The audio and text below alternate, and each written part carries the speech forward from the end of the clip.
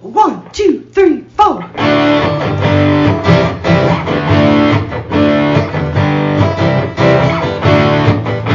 and John got it going on. Mike and John got it going on. Mike and John got it going on. Mike and John got it going on.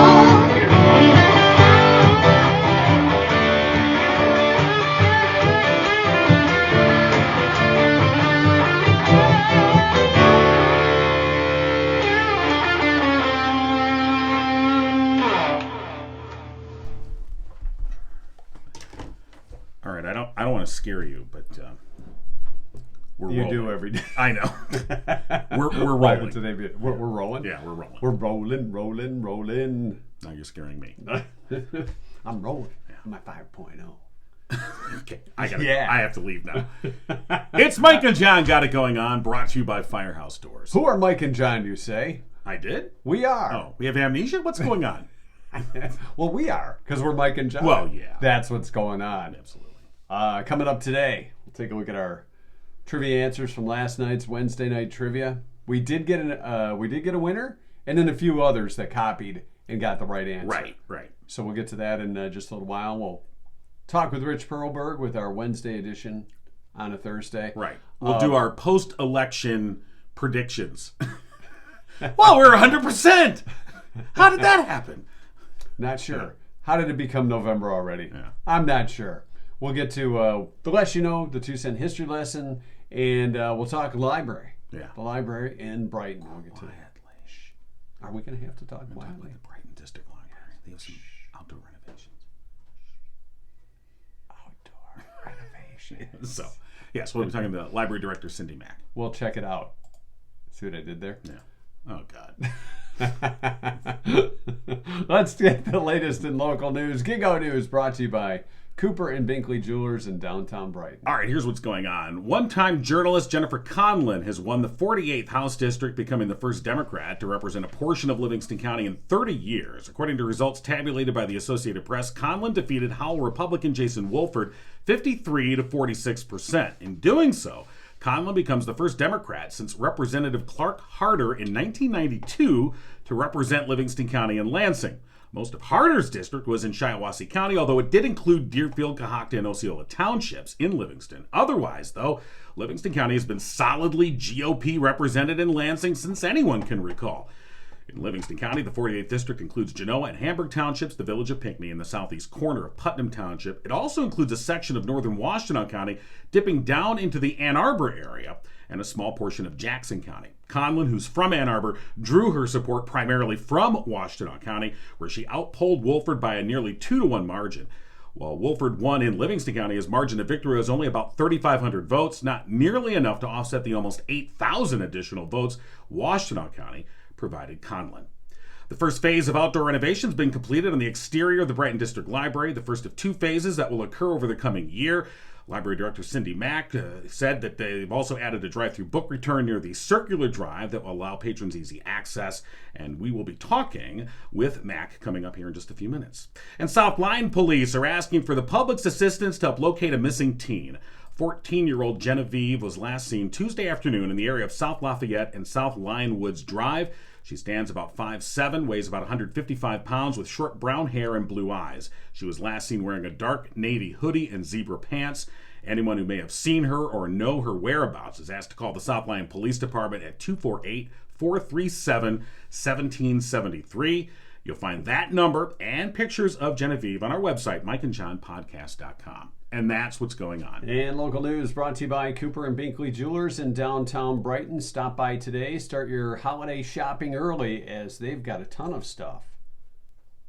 New designs from Simon G. and Zagani, the Zagani collection. Undeniably taking up a huge portion of the display case. John and I checked it out yesterday. We did. And we gave it the thumbs up, didn't we? We walked by and we go. And they're like, who are you? Why are you We forgot to ask to borrow the eyepiece, man. The loop. The loop. Yeah. The loop. Simon G. Zagani and much more. Cooper and Binkley Jewelers in downtown Brighton. We really missed a great photo op there. You're right. We should. Dang it. Stop by, see today. Maybe you can try the loop. No. We want to encourage that. I don't think they want a long line of people. You know. I want to try the loop. Well, the I more mean, the maybe they merrier. will. I mean, they're very customer, focused. So Exactly. yeah, okay, maybe they will. Cooper and Binkley Jewelers in downtown Brighton on Main Street and online at cooperandbinkleyjewelers.com. Yes. All right. So we got a lot to do today. We do? But we're going to have to kind of, What are we doing? I don't know. Are we doing the robot? I'm not sure what's going on there. Actually, we're digitally stalling. Your internet I don't is know slow. what you were doing. So here's what I think we're going to do. We're going to call Rich Perlberg right now. Right now? Yeah. Okay. Let's get that out of the way. I mean, let's talk with Rich about, the less you know. Why do we got to get it out of the way? Well, because it's time. It's time. We started a little late. I mean, for, we tell No, we didn't. We're right on time. I know. Why do you got to put it Rich that kinda way? goes on and on and on. So. Well, we can shut him up. I just hit the red button. Okay, I guess you could do that. That's true. So, All right. I'm going to let him know he's only got 2 minutes and 30 seconds. Mike and John. Good morning, Hey. Rich, and welcome back. You now have 2 minutes and 19 seconds for your segment. right, we're counting down. We're keeping you on a short leash. Okay. Well, How many leashes have you been on before? All right, never mind. More than we want to know. you got some standards, don't you? Well, yeah. All right, so, of course... Let's go with your post-election predictions. Yeah, what are your post-election predictions? Who do you think did win? I'm going against the polls. I think there's not going to be a red wave so much. Wow. And I'm thinking the Democrats are going to win Michigan elections. I think What are you, Whitmer's nuts? going to get reelected. And here's the shocker.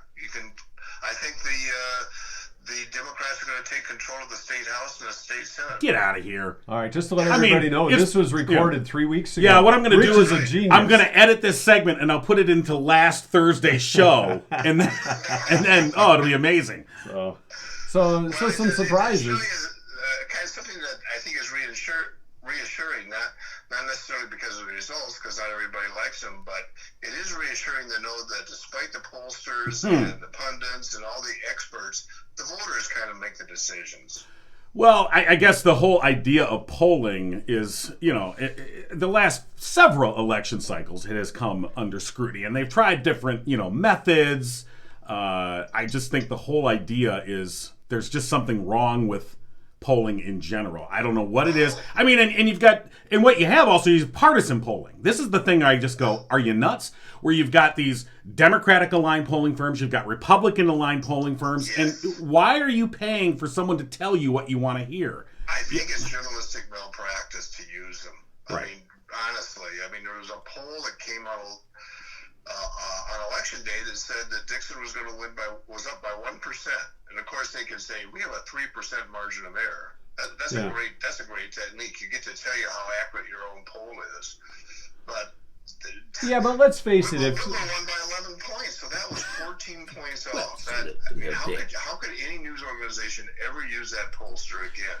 Well, I think when you look at, let's just say, you're walking in, back in the day, you'd walk in a mall and there'd be somebody with a clipboard that wants to ask you questions. Right. Do you really want to, they don't know you, you don't know them. Do you really want to tell them, are you really going to be that honest? Well, number one, you've got the time to do that.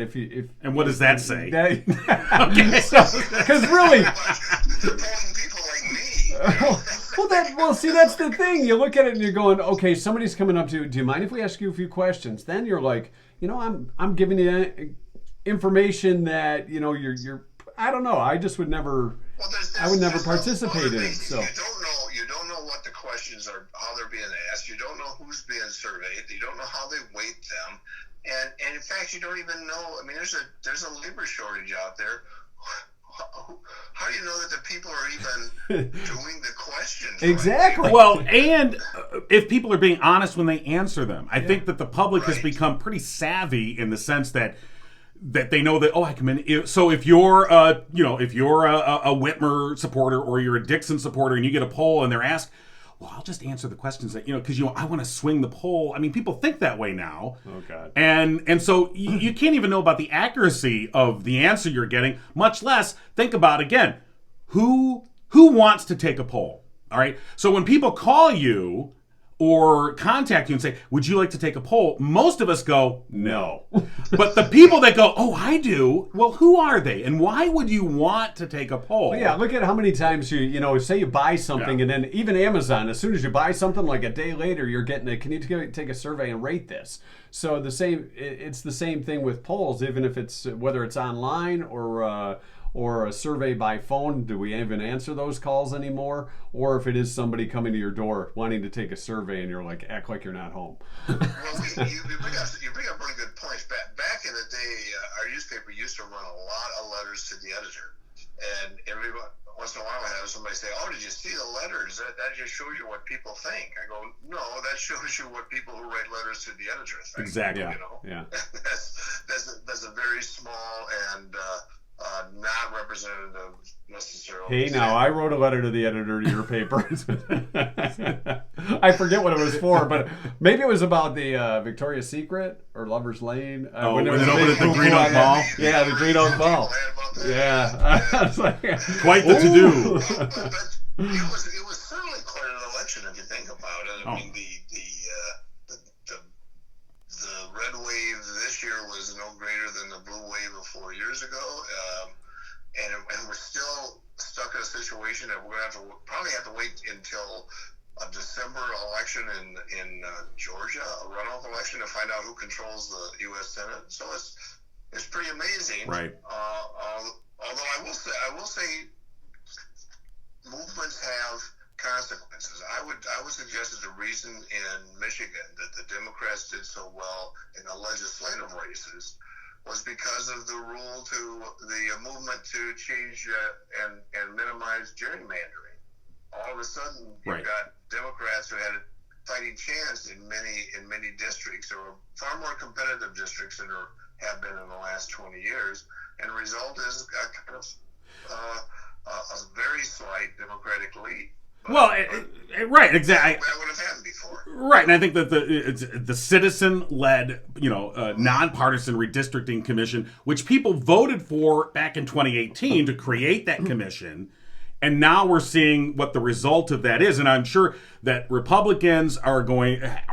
I'm not sure. I know they're already saying, "See, you've illegitimately shifted the line, so you win." And it's like, well, when you think about it, in a way, it's like they were illegitimately shifted before, and now you've got this nonpartisan commission that is sort of drawing these lines not along such political boundaries where it's like marginalizing certain communities. What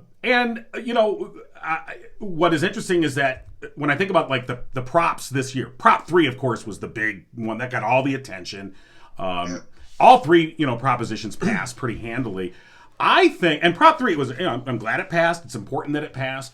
Prop 2, I think, is the one that is going to have the more long-term effect. We don't see it now. People go, oh, that's great. It's the long-term effect of something like Prop 2, expanding voting rights. I mean, that's what democracy is. And people who, and this is my opinion, but people who stand and say, wait a minute, we need to limit voting, that's where I go, well, hold on. So Prop 2 and what it does, and following up on what was done back in 2018 in terms of making like no reason absentee voting, I think those are going to be the long range things where you're going to see shifts in how people can vote and allowing their voices to be heard. Well, look, we like working at home. We found that out from COVID, so why not voting from home too? So right. I think it was just a natural step, really. You look at Livingston County votes. Close to half the votes were absentee votes this time around, something like 45%. Right. And you had a huge turnout. You had almost 110,000 votes cast. And you can certainly see a difference in the makeup of the voting. The absentee voters were about 50-50, Republican and Democrat. But then on election day, that's when the red wave hit. They were predominantly Republican voters who actually came out and voted on Tuesday. But still, the fact is, there were a lot of Republicans who voted absentee. And I never quite understood this Republican criticism against Benson for getting out absentee ballot applications. oh, she's sending them out. That's not fair. Well, there was a What's wrong with trying to encourage legal voters? Well, there was a misinformation campaign that she was sending out ballots, and in fact, yes. she was sending out applications. And that misinformation, by the way, although it was quickly corrected, doesn't matter. It persists to this day. People are convinced that they were just mailing out absentee ballots willy-nilly. Anyone here, you get one. You know, like they're Oprahing the ballots. You get a ballot. You get a ballot. And it's like, of course, it's a lie. Dogs got ballots. You know? Except you have to come up with a single person who voted incorrectly because of that effort. I mean, it's all of the scare tactics, and it's to me, it's a problem Republicans have in saying that we can't win unless we suppress the vote. Well, that's the thing. I think you say, well, we want everybody to go out and vote. You're supposed to vote. You know, it's your right, your obligation, your freedom to vote. But unless you vote for the wrong person, not you, not you. You know, it's kind of like, well, the election's great unless I didn't win. But here's another thing about it, and I don't know how long this is going to last, but it seems to be trending dramatically in this way. That it used to be that there was always a push in a general election to try to reach across and get the independent or undecided voter. They don't exist very much. That's why you see these dramatic ads. It's pretty much you vote Republican or you vote Democrat. And so the big push is to get your base to vote. Right. Get out the vote. Ads, and totally it's the number of people who vote. And that's the thing a lot of people forget. When Trump lost 2 years ago, he got 7 million more votes than he did 6 years ago. I mean, everybody who voted for him the first time voted for him the second time. And then some. Right. Biden won because the Democrats who sat on their butts 6 years ago got out and voted 2 years ago. That's the whole difference. Yeah, it is about, you're right. It is about getting out the vote and getting people to the polls. And you're right, the myth of the independent or undecided voter, especially post-primary. I think after you get past the August primary, I mean, if you aren't decided at that point, then either A, you aren't paying attention, B, you have no intention to vote anyway, or C, you're a moron. So I just... It could be all of the above. Or all of the above. Well, maybe you were busy. But I mean, you either know or you don't know, and there's no one that's like, well, I not that there's no one, but I'm just saying it's a minuscule amount of people. Hold on, let's not just zero it down like the independents aren't out there. There are some that say, okay, I've got two, I got to pick the lesser of the two evils. I think there's a lot of that going on, and that's where your independents fall. No, I'm not saying that if I said independents, I really meant undecided voters. I mean, the notion of an undecided voter post primary. I think it's a very small number of people that are literally undecided after the August primary because it's already begun. They already have a chance to say, all right, this or that. There are independent voters. Yes, there are people who voted for Obama in 2012 and then voted for Trump in 2016 and then voted for Biden in 2020. I mean, right. That's right. Yeah, they exist. But I think you're right on that, and there's indications that the statewide races were over in early September. People had made their decisions about Dixon and the Republican candidates for Secretary of State and Attorney General, and it really never changed. Well, in that case, why do they have debates that late then? You know, why? You know, is it when you think about especially with absentee ballots? And why do we have commercials that are running so far up until the last 8 p.m. on that Tuesday? Because people, they're trying to get voters out. The debates, I mean, there's gamesmanship that's played between both sides. Some of that's tradition.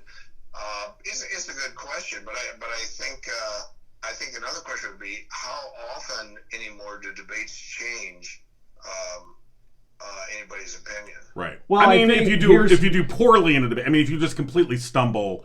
And which has happened. It's rare, but it does happen. I don't know. Herschel Walker got almost half the votes in Georgia. Well, okay. Well, see, they haven't. Well, you got me there, Rich. They haven't made up their minds yet there either. Well, they got to make them up again, and somebody is going to have to explain to Herschel what a runoff is. If you want just for a second talk about something that I think is going a little bit under the radar, and elections that will have potential results. In the school board races, I think I commend you guys. You're the only ones I've seen really cover it. That 8 of the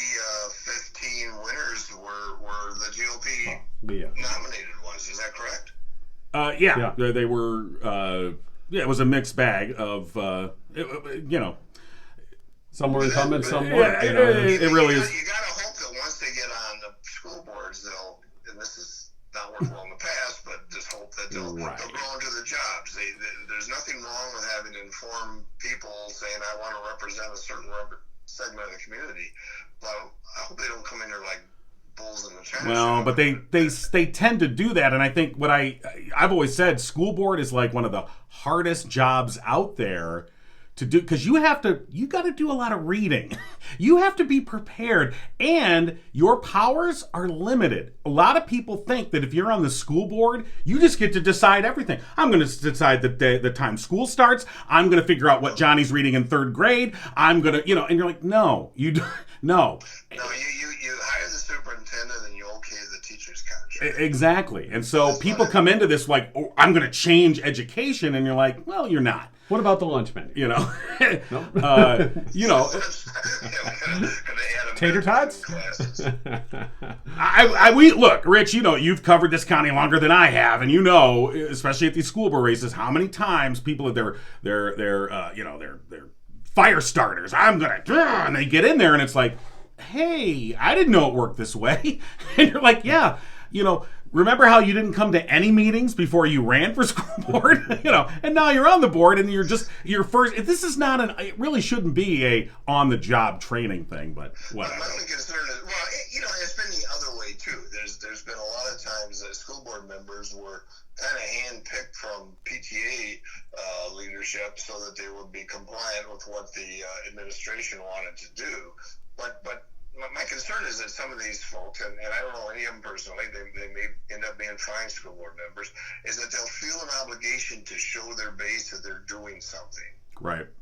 And that could be a little scary, and it could affect careers.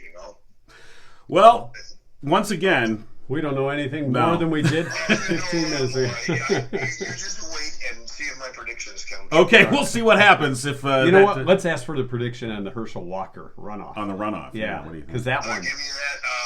I've got. Let me look at my calendar. December 10th. I can give you that. Oh, that's your prediction is it's going to take place on the 10th. Yeah. Get out your magic 8 balls, because I don't know. All right. Have a good one, you guys. All right, Rich, you too. Thanks. Rich Perlberg going to let you know, and we've succeeded in that today. Yes, that's we for have. sure. All right, Mike and John got it going on, brought to you by Firehouse Doors. They've been serving Livingston County residents for the past 24 years. Family owned. They strive to treat each customer like family. Veteran owned. Mike Witt, a proud U.S. Air Force veteran. Firehouse Doors, your one-stop shop for residential, commercial, and rolling steel overhead door needs. And for the past 21 years, Firehouse Doors has been Livingston County's only authorized distributor for CHI overhead doors. Call Firehouse Doors today, 810-599-7480. All right. Going to the library. We are going to the library. Now, we only just realized this morning, we're calling Cindy Mack, the director at the Brighton District Library. The number they gave us... Did you bring a library card to the conversation? No, I have to get a new one. I didn't realize. Is the number to the library? It's the main number, and I think we have to hit an extension, so... Oh my gosh, you're adding to my duties here. I'm sorry. Thank you for calling the Brighton District Library. Well, you're welcome. Let's listen. The library is closed. Oh. Many library resources He's are talking always pretty available loud for on a our guy in a website library. At brightonlibrary.info. Adult info. Please note the Friends of the Library have Who is resumed this? accepting I'm materials not sure. donations on Wednesdays from 3 to 7 p.m. I'm going to hit For that library number. hours and service details, press Please hold while I transfer your Oh, call. okay, good. We're being good. transferred. Our call is being See if transferred. this works. This is Cindy. Oh. Hey, Cindy, it's Mike and John from Mike and John Got It Going On. Good morning. Good morning. All right. First of all, we'd Yeah. like to compliment the Brighton Library, the Brighton District Library, for the very formal answering machine. Answering service that you Rizzy. have. Who Who is that gentleman? It is our assistant director, Edward Koski. Edward? Well, he has a future in Yes. voiceover stuff. I mean, Is he? He does have a little bit of an English accent. there's a bit a lilt there, I guess. I don't know. All right, we're just having fun. So Cindy, yeah, you guys are. Hey, We're in the library. Take it down a little Sorry, bit. Cindy. You're being really loud. John doesn't do I'm well in the sorry. library. I don't really do well. I am a little loud. A little. Shut up. You're halfway through, a major renovation for the outside of the Brighton District Library. You just finished phase 1, right? Yes, we did. So we are really excited. In going through a little history into the mix for listeners, in 2016, the community passed an additional millage for the library. And before COVID, we did major interior renovations. And so then COVID happened and slowed down. And then we had made the decision, once the interior renovations were done, that we really wanted to look at our outdoor spaces. We're very, very fortunate, the library is, that we are on the edge of protected lands. The Parker family, who we had purchased the land from, they gave us additional land called the Parker Preserve, and we work with the Livingston Land Conservancy to maintain that preserve. Well, it's a beautiful outdoor space, and we have a very large lot in the outside of our building, and we have it's a great natural area. And we wanted to figure out how to incorporate that for the community to realize that is accessible for them to use as well. So we worked with a landscape architect, and we developed plans for both the front of our building and the backside of our building, and we just completed the front portion of the project. And then there's going to be like a learning journey walkway. Yes, there is. So we, as part of our project with our building grounds, we wanted to encourage people to be able to use the backside of our building as well, which is next to the Parker Preserve. And so we created a learning walkway. It's a learning journey, an educational walkway. And right now, as you walk through, it's just a path that walks around. But we're actually going to be purchasing musical instruments and possibly like reading activities in that walkway. So children and their families, they can walk through and do kind of like fun things that are in nature, and just like it's kind of a creative way just to get families and individuals to enjoy the outdoors. So you've also added a drive-through. Yes, So, that is our big feature. I was going to say, did you model that from some other libraries or? Well, a lot of libraries, they do have, yes, drive-through book returns. And it was one of those things in Brighton. Our book return was always inside of our building. And even though we have a circular drive when you come in, people would have to leave their cars. And in this environment, we know, especially people with families, with young children, and senior citizens, those with handicaps, it's difficult at times. And then Michigan winters every once in a while, just lousy. You don't want to get out of your car. And other libraries have like a drive-through book return. Some are attached to their building. Some are like ours, where they're near a parking lot. And so we worked with our architect who had designed the interior spaces, and we said, okay, what can we do here where it's a safe environment, but people, where we can install a drive-through book return where people don't have to leave their cars. And we're able to find a spot, and it's working out great. I think 15 minutes after we removed the cone, without even any publicity, we had our first patron use the drive-through book return. Absolutely. Did you get the photo op? Like this was the first, kind of like when you go on a roller coaster and they take the picture. Here I am returning my book. I know, I wasn't fast enough. And it's amazing. The drive-through book return was something that our patrons really wanted. For years, they kind of talked about that. And last year, we are fortunate. We do an annual appeal every year, like many entities. And we said, okay, the focus, we are doing these outdoor spaces. Can you help provide us funding for the book return? And they did. We got close to $20,000 in our annual appeal, doubled what we've gotten in some years past because of this book return. And so our donors actually paid for the cement work and the drive-through book return. So Nice. All right, now if you're looking for more donors, I got an idea. All right, so how about a drive-up, order your book, kind of like a fast food place. Cindy's like, I gotta go. Bye. You can pull up a ding ding. Hi, I'd like a copy of Harry Potter. Sir, this is a Wendy's. And a side of Snoopy and the Red Baron. And then you pull up and wait in parking spot 3, and then you have your delivery guy. Just an idea. Close to that. We are pretty close to that, actually. So we're unfortunately our building, the way that we're set up, it'd be very difficult, very costly to add an actual window. But we do have something called curbside pickup, and we have started this with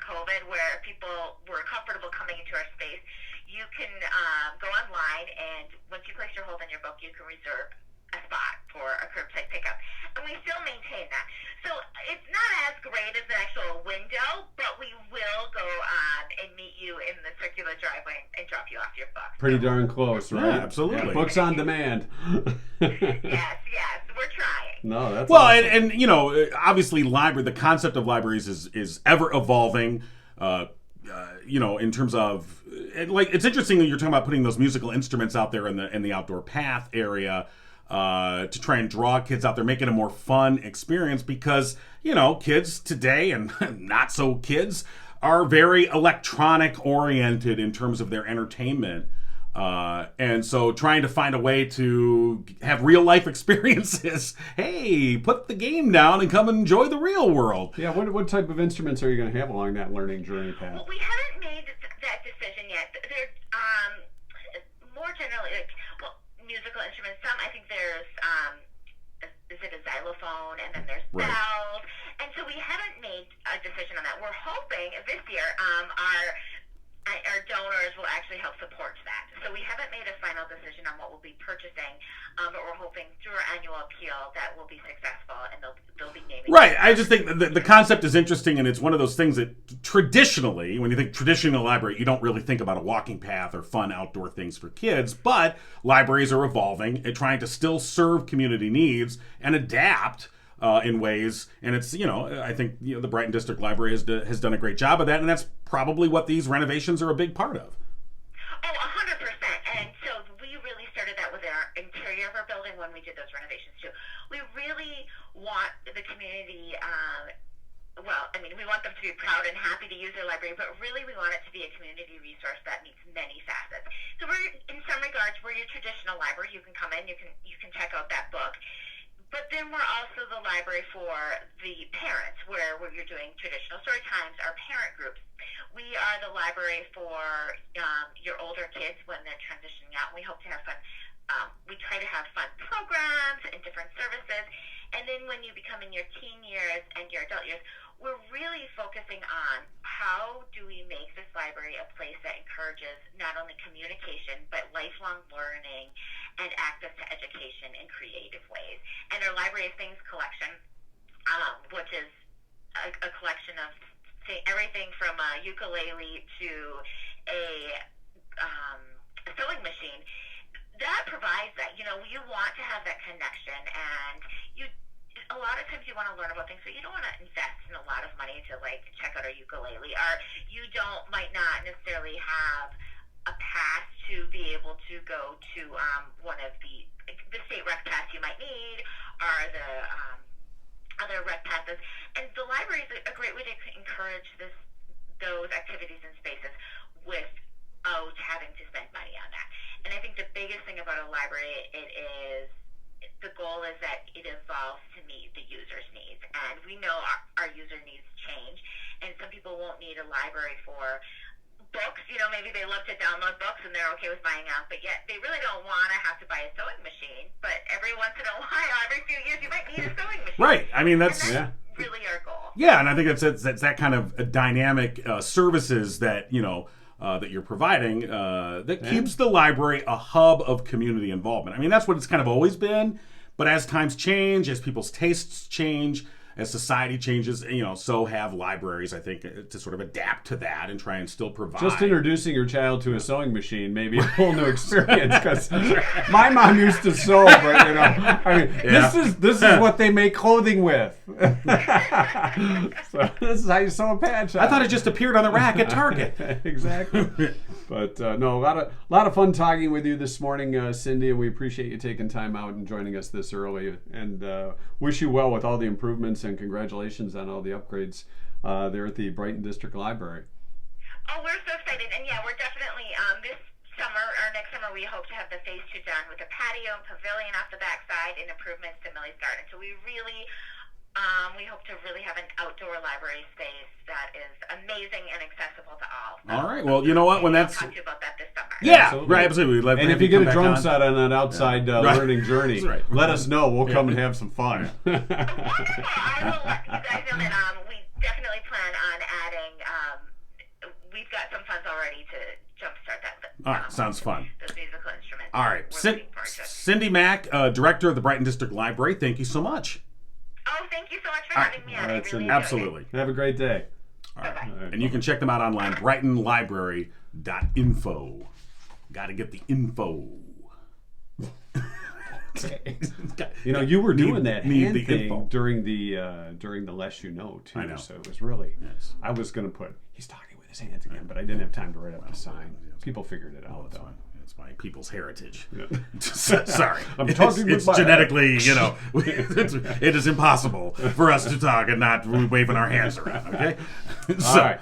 We have to go to our trivia question from last night. A lot of great answers.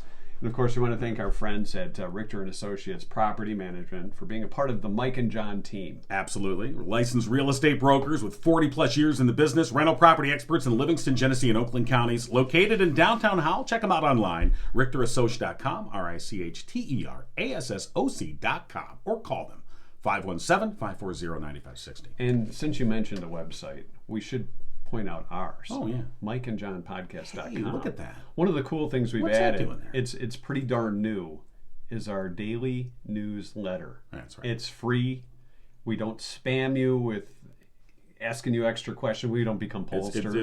It's a pretty simple process. Yeah. You just enter your email address, you just confirm it, you'll get a confirmation email, and then every day, around 5 o'clock in the afternoon, 5 p.m. Yeah, thank you. That's usually the afternoon. You will get the email in your inbox, and you can see the latest news headlines. So yeah, just go to mikeandjohnpodcast.com. That's our website. Oh, is it though? Yes, it is. Oh, we have a website. Yeah. Yes, we do. All right, so sign up for that today. Our 2-cent history or our trivia brought to you by our friends Sold by Tanya Z. Comfort is the key. Yes, it is. Real estate agent Tanya Zirkle with Yeah. Sold by Tanya Z. Exactly. Where comfort is the key to home. Right. Our She wants question- you to be comfortable in the home buying process. And when you buy that home, make sure you get a key. Studies found. Otherwise, you got to crawl in the bathroom window from part of the inside closing house. process. Oh, I didn't get a key. Hey, Change the locks on this. Wilma. Studies found the average woman will buy 220 of these in her life. All right, right off the bat, What is it? I have to say, well, hold on. Is there an average woman? Women are pretty unique with their individual. What did you do wrong? I think I'm doing it right now. I think I'm doing the wrong thing right now. So, All right. anyway, yes, the average woman. So the average woman will buy 220 of these in their lifetime. We want to know what it is. Okay. We're not gonna put Brandon's answer No, there. Brandon Nope, we're is skipping that one. Brandon. He meant to say chapstick. Right. Is what he meant to say. He just spelled it The completely thing he different. said was bigger than a chapstick. I've never seen a chapstick that big. I don't know. Maybe it was a smaller chapstick. Well, One of those chapsticks that vibrates as you put it on your. Never mind. Yeah. Please, Toothbrush. Let's move on. Said Lori. Yeah. Hair tools, like a curling iron, blow dryer. That's a great guess from Christine. Purses, said Michael, from out of the country. China. Right. No, I think Michael was one of our. Oh, he's out of. I thought the I answer think said not. out of the country. Foreign purses. I thought he was talking about Watch out for those the foreign cheap purses. knockoffs that you see. Yes. It's a Gucci Chi. Yeah, Gucci, Guchi. I don't think so. Linda said bottles of perfume. Those are usually gifts from their sons. Right. And it's cheap stuff. Here's your gallon of Jean Nate, Mom. Here's some Aviance. Charlie. That's right. All right. Books, says Jeff. Our cousin Jeff. How appropriate, since we were just talking with the library director.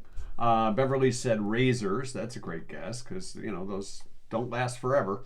Madonna said dresses. Shaylin socks. Wow. Cougar said brass bracelets. Yeah. No. Braziers. Yeah, I was just going to say, are you not a brass brazier? You need a little help reading, or No, maybe I should go over the Brighton Library. She spelled braziers. It's not, but no. No, that's a brazier. That's what you get at Dairy Queen. A brazier. You're right. That is. That's not how you spell bras. A brazier is what you get at Dairy Queen, right? That's like their I don't know what it is, but yeah. No, a brazier is a container used to burn charcoal or other solid fuel for cooking. So the Dairy Queen thing would be like Don't put your boobs in you those. get your hamburger that way. Yeah. The brazier. That's hamburger, what it is. But it's not a brazier. Yeah. Don't put your boobs in that. Okay. Cars. That's a lot of cars. Marlene said underwear.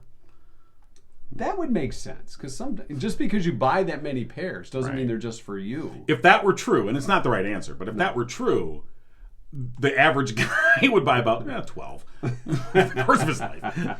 Let's see. Other great guesses. Packs of gum. High heels. Drew Goebel said tacos. Jeff said pairs of sunglasses. That's a lot of sunglasses. I don't want a taco. Anyway. Sue said jeans. Right. Let's see. Any other... Jordan Genso says deodorant sticks. bottles of shampoo. Yeah. Lots of interesting answers. The answer had nothing to do with one's appearance. Okay. Or smell. Well, that could. I guess have to do with smell, but not their own. Right. The answer was candles. Right. In the wind. So 220 candles. The first one to get it right was Ashley. Right. Congratulations to Ashley and everybody else who copied Ashley's answer. But Ashley, the first one to get it right. Candles, probably scented, I'm guessing. I don't know too many guys who go out and say, well, I'm going to the candle store. Heading over to Yankee Candle today, John. What do you need? What scent would you like today? Not any of those. Yeah, I mean, some of these candle, by the way, since we're talking about candles, some of the candle titles make no mention of what it actually smells like. Sometimes you see them, you're like, okay, but what does it smell like? Cinderwood. There should be some mention or something that would give you a clue as to what it's, it's like Arctic Legos. What? I don't know where you're shopping. Yeah, I'm just saying some of these labels don't really tell you. It's like wonderfully reminiscent of what? That's got to be lavender. Yeah. So anyway, I have no idea. Yeah. Well, you never do. So I'm clueless, John. Congratulations to Ashley, correctly guessing it was candles. All right. So. And thanks to Tanya Zirkle for sponsoring our trivia as always. Our 2-cent history lesson coming up in just a little bit. We should mention that today is USMC Day, the U.S. Marine Corps. Oh, yeah. I thought you said MC like EMCEE. No. Or MC, like well, that MC could be Hammer, or It's also National Vanilla Cupcake Day. I mean, most of us will go chocolate. Yeah. You're going cupcake, chocolate, red velvet. It's not that I won't eat it. No, it's not that I won't eat it and then lick the cupcake thing, but it's not my preference. What do they call the leftover stuff in the cupcake? Crumbs? Well, because it's kind of browned usually. Like if you have a... you mean in the paper or in the paper? tin? In the paper. Okay. You got it in the paper. What do they call that leftover? Crumbs. I don't know. It's kind of you like think it has a name? It's kind of like a skin. No. I don't eat that, but nonetheless. Vanilla Cupcake Day. Okay. Chocolate frosting, please. Forget-me-not day. It's a day to not forget our friends and family. Here or not here with us. Even when you want to. Forget me not. Don't forget me. Thanksgiving's coming up. Yeah. There can be some fun conversations around the table about recent results. Oh, that'll be fun. Uh-oh, here comes Uncle Dave. Yes. Can we get to the 2-cent history? I know, can we? Let me check. I don't see anybody denying us the right to go to. We don't have any trivial denialists here. We don't put up with that. The pollsters have been hidden. We will not put up with trivia denialists. And our 2-cent history lesson is brought to you by Drew Goebel and our friends at Oakland Insurance. Right. And Frankenmuth Insurance, which is Michigan-based, providing you the peace of mind you need. Call Drew Goebel at Oakland Insurance, 248-647-2500. All right, today the 10th of November.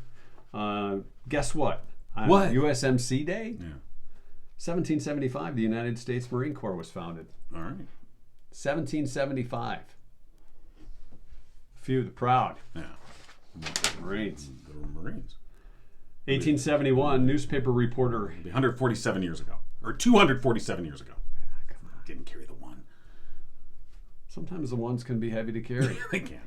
1871, newspaper reporter Henry Morton Stanley. Hank to his friends. Found the missing Scottish explorer, David Livingstone. Zanzibar, Africa, by the way. Dr. Livingstone, I presume. That's what he said. Yeah. That's what they said that he said. Well, Do said we know that he said- really said I don't know. it? I think that's... Do you think he really said it? I think it's apocryphal. I don't think it's really... Dr. Livingstone, I presume. Let's see. Get the team on that. I mean, did they have a Panasonic recorder? Right. Getting that? Said, hey, what are you doing out here in the woods? 1917, 41 women were arrested outside the White House and sentenced to 6 months in jail for demonstrating for the right to vote. How dare they? Interestingly enough, when you look at the history of suffragettes, and I think it's timely when you think about... Suffragette City? Well, yeah. Don't lean on me, man. Hey, man. But yeah, the history of suffragettes, of trying to get women the right to vote, for most of that time, it was polite discourse trying to influence the political process. And then after about 50 years of it doing nothing, they said, oh, hell no. And they got out and they protested. They were led by Maud. And, well, kind of. And then there's Maud. Yeah. So sometimes, you don't get your rights until you demand them. Right. Thank you. I don't think they stormed the White House or anything. I think they were. No, they but didn't try and bust in. There was some civil disobedience, but yeah, no, I don't think there was any of that. So they were bad girls. Okay, don't go Oh, there. sorry. 1951. The first long-distance telephone call was placed when the mayor of Inglewood, New Jersey, called the mayor of Alameda, California, without using an operator. Oh, wow, direct dial. Yeah, dial and direct, cost long distance. Okay, only talk for a minute. Right. You know how much this is What time is it? Oh my God. Can't we talk after 11? Wait, over in California, you got to wait till like 3 a.m. Boy, we are old enough to remember when that was an issue. Yeah, don't call till after What time are you 11. calling? Oh, it's late. Oh my It's God. 10:59. It's long distance. Yeah. Kids would never understand. You know, would they? now I can call like the International Space Station, whatever. 1969 on this date, life as we know it changed Really? as PBS aired Sesame Street. Oh, wow. First time. Sunny day. Yeah. I didn't really watch Sesame Street as a kid. My kids did, but when I was a kid, not really. Oh, no. I was more New Zoo Review Coming right at you. with Henrietta and Froggy. Don't you remember? I didn't really watch You don't remember that. News of I Review? remember Okay. the song, but Yeah. I don't remember the show much. Yeah. Wasn't Raggedy Ann and Andy on right after I that? don't know. All right. I don't remember. I was a kid. Elton John in 1973 started an 8-week run at number 1 on the U.S. album charts with Goodbye Yellow Brick Road, singer's third U.S. number 1 album. Yeah. When are you going to come down? Should have stayed on the farm. Should have listened to My Old Man.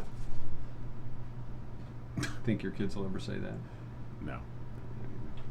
1975, the ore carrier Edmund Fitzgerald Uh-oh. broke into two during a big storm on Lake Superior. It turned out to be good for one guy Well, named Gordon. Yeah. Gordon Lightfoot there in the record of Fitzgerald. You know, sometimes I don't understand what he's saying in that song.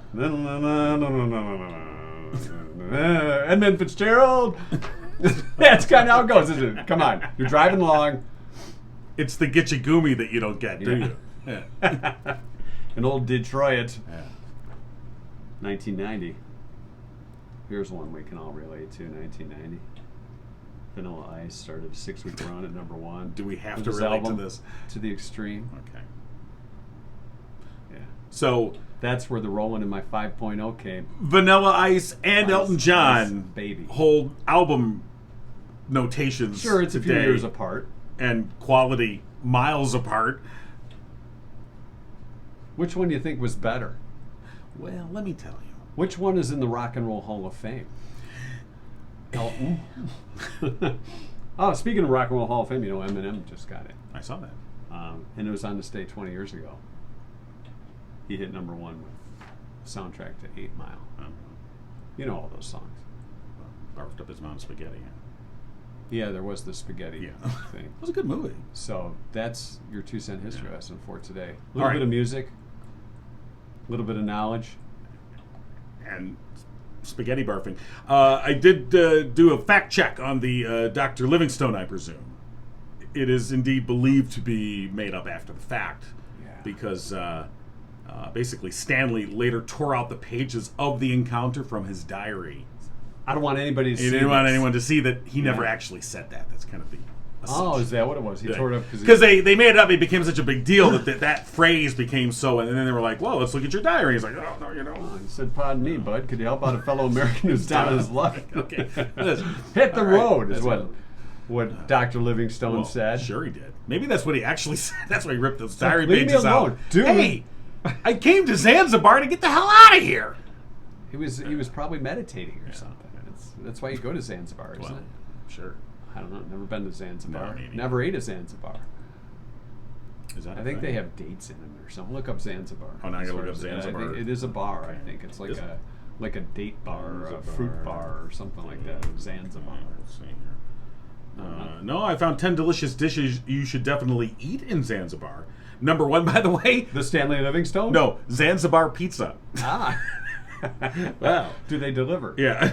I don't know. I don't. All right, so I guess I was wrong on that. Right. Not really, I am. But all right, that's our 2-cent history lesson for today. Thanks to Drew Goebel and Company for sponsoring our 2-cent history lesson. If you need insurance or have insurance and questions, call Drew at Oakland Insurance today, 248-647-2500. Indeed. Yeah, I said it. Yeah, you did. I cut off the Indeed jar. That was my shopping money for the holidays. Okay. So, yeah, what are you going to do? Murphy's Family Auto is there for all your car repairs and vehicle needs, whether it's maintenance or get it ready for winter. You need new brakes. Make sure the heater's working for the season. Stop by and see Murphy's Family Auto. They've been specializing in car and truck repairs, engine maintenance, and transmission work as well. Electronic services, heating and cooling issues too. Call them today at 517-552-3040. They're even open on Saturdays. And if you tell them Mike and John sent you, no, they won't send you hitting the road. They'll give you 5% off. Are you sure? Well, that's what they say. Oh. And you know what they say? As they say. We'll give you 5% off if you say Mike and John sent you. All right. Murphy's Family Auto. Your car knows. What is your car now? It knows it's time for this show to end. All right. That's Your what it car's knows. pretty smart, Yeah, actually. I don't have a smart car. Mike and John got it going on. You've been giggling with Mike and John. Tune in next time and giggle on.